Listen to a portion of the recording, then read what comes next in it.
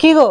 হ্যাঁ আমার ফোনে জানো তো সব সেভ করা নাম্বার ডিলিট হয়ে গেছে। যা মানে কন্টাক্ট লিস্টটাই ডিলিট হয়ে গেছে। যা তো এখন কি করব? তোমার কাছে কি কোনো উপায় আছে যাতে আমি সব নাম্বার আবার ফিরে পাই? মানে তোমার সব নাম্বার উড়ে গেছে তাই তো ফোন হ্যাঁ। থেকে?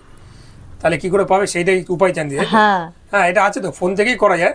তুমি যদি একটু খোঁজো তাহলে কিন্তু আমাদের যে কোনো নাম্বার যদি ডিলিট হয়ে যায় সেগুলো আমরা স্ক্যান করে আবার ফিরে পেতে পারি। তাই? আর তা ফোনটা সেটা নিয়ে আসো, আমি দেখাও। দেখিয়ে দিই, আসো। না। দেখো এই যে তোমার ফোনটা, তাই না?